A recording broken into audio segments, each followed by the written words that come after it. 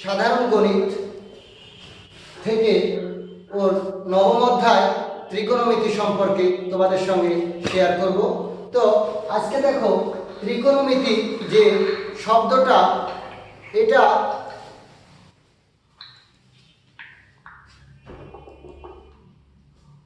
ত্রিকোণমিতি তিন কোণের পরিমাপ। ত্রিকোণমিতি, ত্রিকোণ হচ্ছে তিন কোণ সম্পর্কিত পরিমাপ। তা তিন কোণ আছে কার? ত্রিভুজে। ত্রিভুজ, কোণ ভেদে ত্রিভুজ তিন প্রকার: সমকোণী ত্রিভুজ, স্থূলকোণী ত্রিভুজ আর হচ্ছে সূক্ষ্মকোণী ত্রিভুজ। আজকে আমরা আলোচনা করব সমকোণী ত্রিভুজ নিয়ে। সমকোণী ত্রিভুজ নিয়ে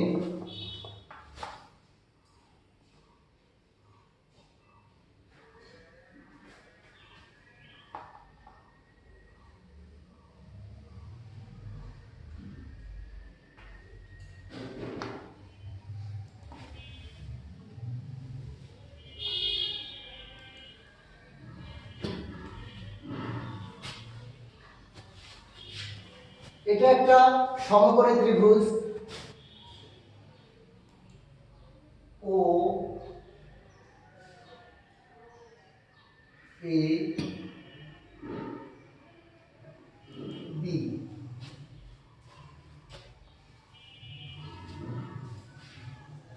কোণ এ হচ্ছে এক সমকোণ।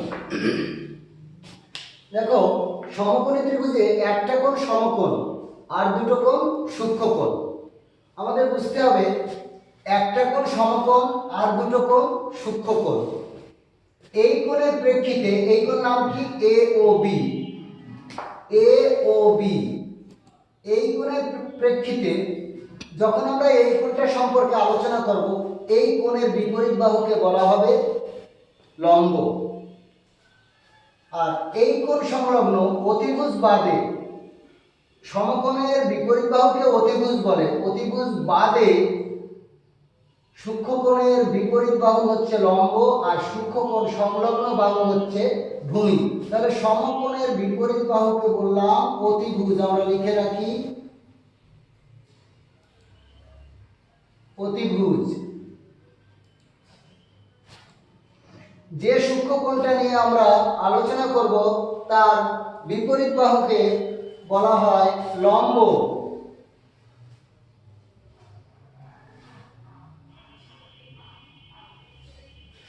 লম্বের এই ত্রিভুজের এই সূক্ষ্মকোণের ক্ষেত্রে লম্বটার আরেকটা নাম আছে বিপরীত বাহু। এই কোণের বিপরীত বাহু, এটা লম্ব না বলে তোমরা বিপরীত বাহুও বলতে পারো।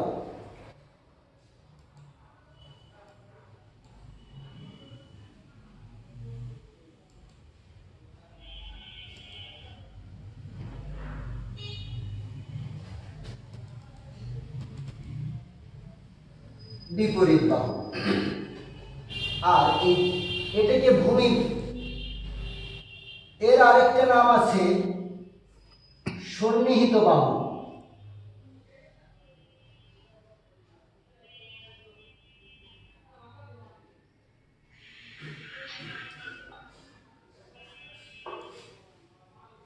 সন্নিহিত বাহু। এখন আমরা ক্লাস 4-5-এ অঙ্ক করার সময় আমাদের বলতো যে 2 আর 6 দ্বারা, 2, 6 এবং 8 দ্বারা যে সংখ্যাগুলো গঠন করা যায় তা নির্ণয় করো। 2, 6 আর 8 দ্বারা যে সংখ্যাগুলো গঠন করা যায় সেগুলো নির্ণয় করো। তখন আমরা কি করতাম? তোমরা কি করতে? 862, 682, 826, 628, 286, 268 এরকম করতে। দেখো 800 দিয়ে দুটো দুটো সংখ্যা আছে, 600 দিয়ে দুটো সংখ্যা আছে, 2 দিয়ে শুরু দুটো সংখ্যা আছে। তাহলে আমরা জানলাম কি, তিনটে অঙ্ক যদি দেওয়া থাকে তো এই তিনটে অঙ্ক নিয়ে কয়টা সংখ্যা গঠন করা যায়? 6টা। আজকে আমরা দেখব যে এর দেখো তিনটে বাহু আছে, এই তিনটে বাহু নিয়ে আমরা দুটো দুটো নিয়ে যদি গঠন করতে চাইতাম, যদি আমি দুটো দুটো নিয়ে গঠন, তিনটে নিয়ে গঠন করেছি, এই তিনটের যে কোনো দুটো নিয়ে যদি সংখ্যা গঠন করতে চাই, দেখো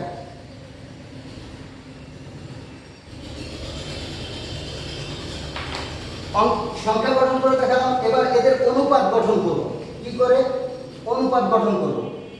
2/6 এর একটা অনুপাত হলো। আবার 2/8 এর বিপরীত আছে আরেকটা কি হতে পারে? 6/8 এর বিপরীত 6/2, 8/2।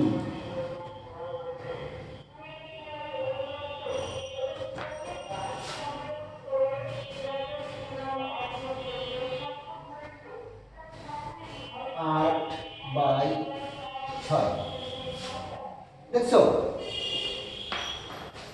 এই তিনটের দুটো দুটো নিয়ে অনুপাত গঠন করলাম। 2/6, 2/8, 6/8। এবার দেখো, আমরা যদি এই তিনটে বাহু নিয়ে অনুপাত নির্ণয় করি তাহলে কি হয়? বাহু তিনটের নাম আছে কি? ও এ, এ বি আর O B.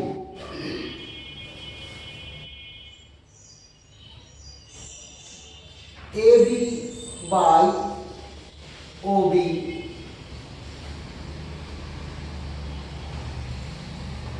O A by O B আর এ বি বাই ও। এর বিপরীত কি আসে? লবটাকে হর করে দিলাম, হরটাকে লব করে দিলাম।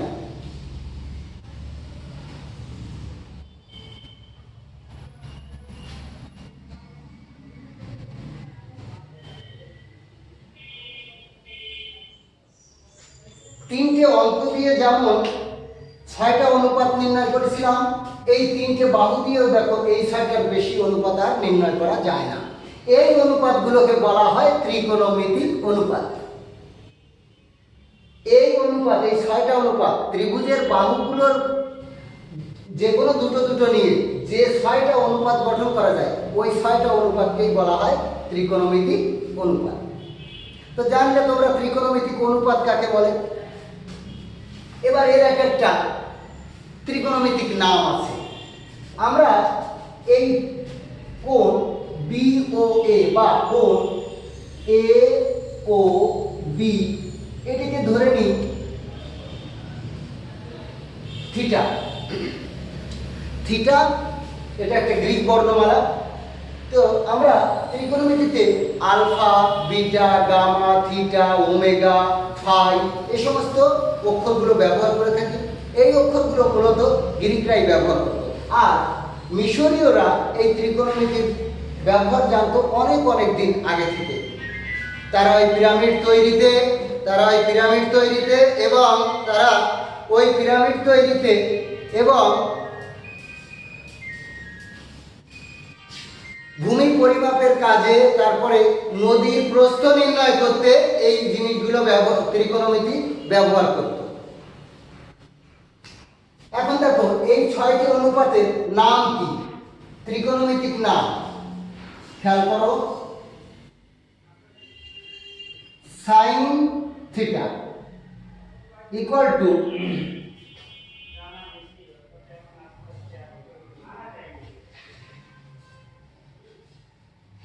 বিপরীত বাহু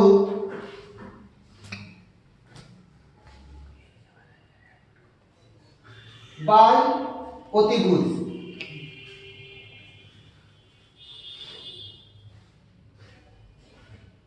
এই জিনিসটা তোমরা মনে রাখবে। বিপরীত বিপরীত বাহু বাই অতিভুজ। এই যে সাইন থিটা দেখতে পাচ্ছ, এইটি কিন্তু সাইনের সঙ্গে থিটা গুণ নয়, সাইনের সঙ্গে সাইন গুণ থিটা তা কিন্তু না। বীজগণিতে যেরকম এ বি লিখলে আমরা বুঝতাম এর সাথে বি গুণ, এর সাথে বি এর সম্পর্ক কি গুণ সম্পর্ক। এখানে কিন্তু সাইন থিটা সাইনের সঙ্গে থিটার কিন্তু গুণ সম্পর্ক না। তাহলে সম্পর্কটা কি? এটাকে পড়তে হয় থিটা কোণের সাইনের অনুপাত।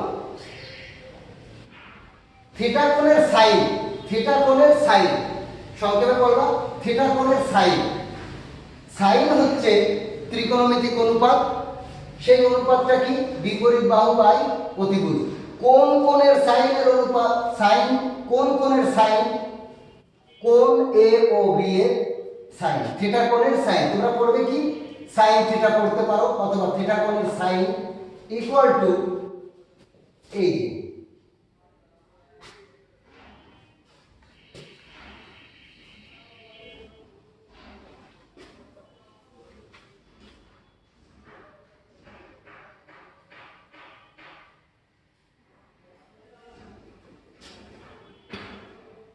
cos থিটা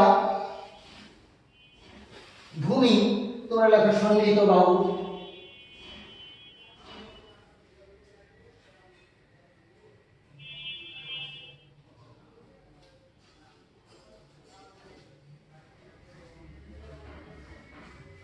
এখানে সন্নিহিত বাহু অর্থাৎ অতিভুজের সঙ্গে যে রেখাংশটা ওই থিটা কোণ উৎপন্ন করেছে সেই বাহুটা, সেই বাহুর নাম কি?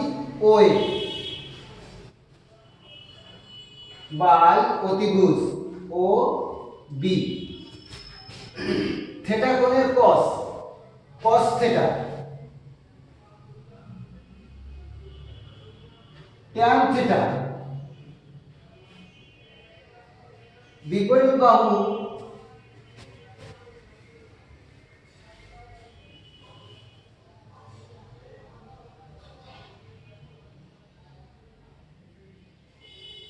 বাই সন্নিহিত বাহু।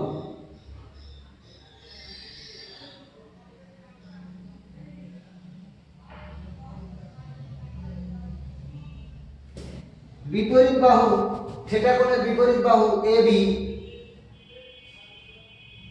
আর সন্নিহিত বাহু অর্থাৎ অতিভুজের সাথে যে বাহুটা থিটা কোণ উৎপন্ন করেছে আমরা পেলাম sin theta equal to AB by OB, cos theta equal to OA by OB, tan theta equal to AB by OA. এখন এবি বাই ওবি পেলাম, ওএ বাই ওবি পেলাম, আর এবি বাই ওএ পেলাম। এইটার বিপরীত কিন্তু এটা দেখো, লবে আছে এবি, ওই এবি চলে গেল হরে, ওবি আছে হরে, ওবি চলে গেল লবে।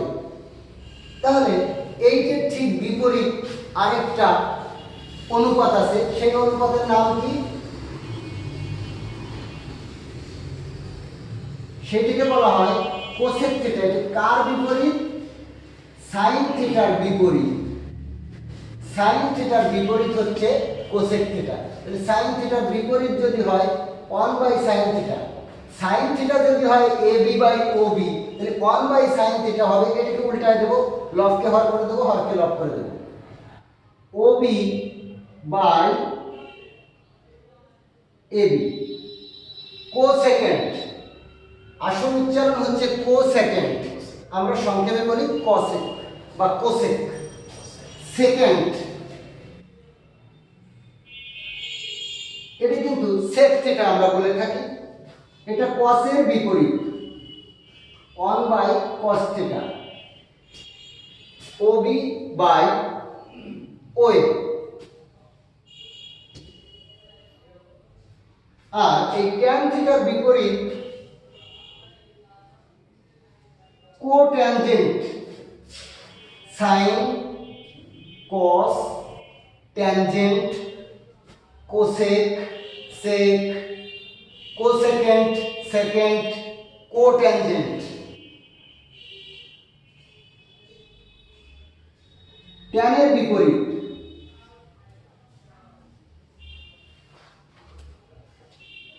OA by AB,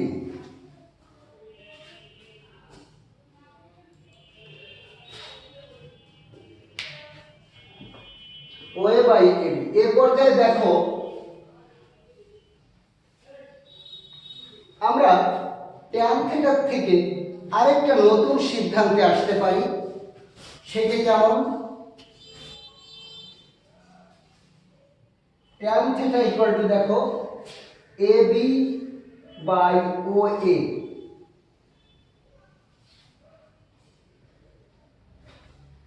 A B by O A, বাকি রইল অতিভুজটা। অতিভুজ দিয়ে উপরে নিচে ভাগ করে দেব। দেখো তো কেমন হয়। অতিভুজের নাম কি? ও B.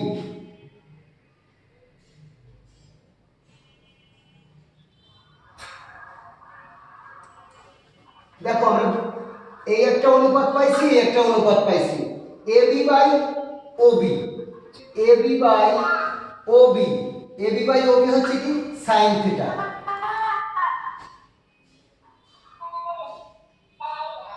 O A by O B cos theta. আমরা নতুন একটা সিদ্ধান্তে এলাম, সেটা হচ্ছে কি tan theta equal to sine theta by cos theta. তাহলে কট থিটার বিপরীত, ট্যান থিটার বিপরীত হচ্ছে, ট্যান থিটার বিপরীত হচ্ছে কট থিটা। ট্যান থিটা পেলাম sine theta by cos theta. তাহলে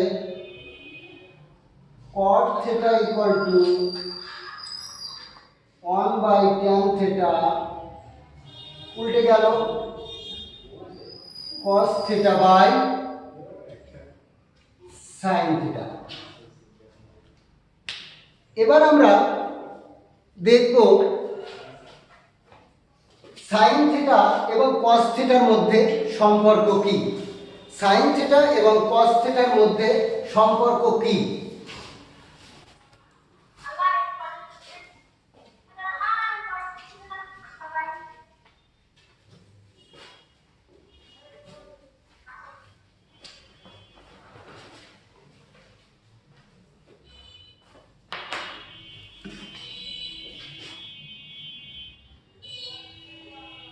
সাইন থিটা এবং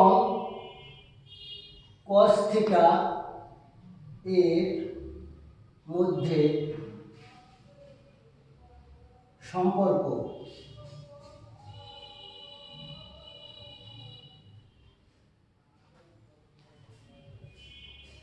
তোমরা ষষ্ঠ অথবা সপ্তম শ্রেণীতে শিখেছিলে ত্রিভুজের যে কোনো দুই বাহুর সমষ্টি উহার তৃতীয় বাহু অপেক্ষা বৃহত্তর। যে কোনো ত্রিভুজের দুটো বাহুর সমষ্টি উহার তৃতীয় বাহু অপেক্ষা বৃহত্তর। তো বৃহত্তর বাহু হচ্ছে অতিভুজ। ওই যে সংজ্ঞা দিয়েছিলাম, সমকোণী ত্রিভুজের বৃহত্তর বাহুকে বলা হয় অতিভুজ, অথবা বলা যায় সমকোণী ত্রিভুজের সমকোণের বিপরীত বাহুকে বলা হয় অতিভুজ। এখান থেকে আমরা বুঝতে পারলাম কি সমকোণী ত্রিভুজের বৃহত্তর বাহু হচ্ছে ওবি। তাহলে এই ছোট দুটোর সমষ্টি এই বড়টার চাইতে বড়, এই ছোট দুটো বাহুর সমষ্টি এই বড় বাহুটার চাইতে বড়। আমরা লিখতে পারি কি ত্রিভুজ ও এ বি থেকে পাই ত্রিভুজের যে কোনো দুই বাহুর সমষ্টি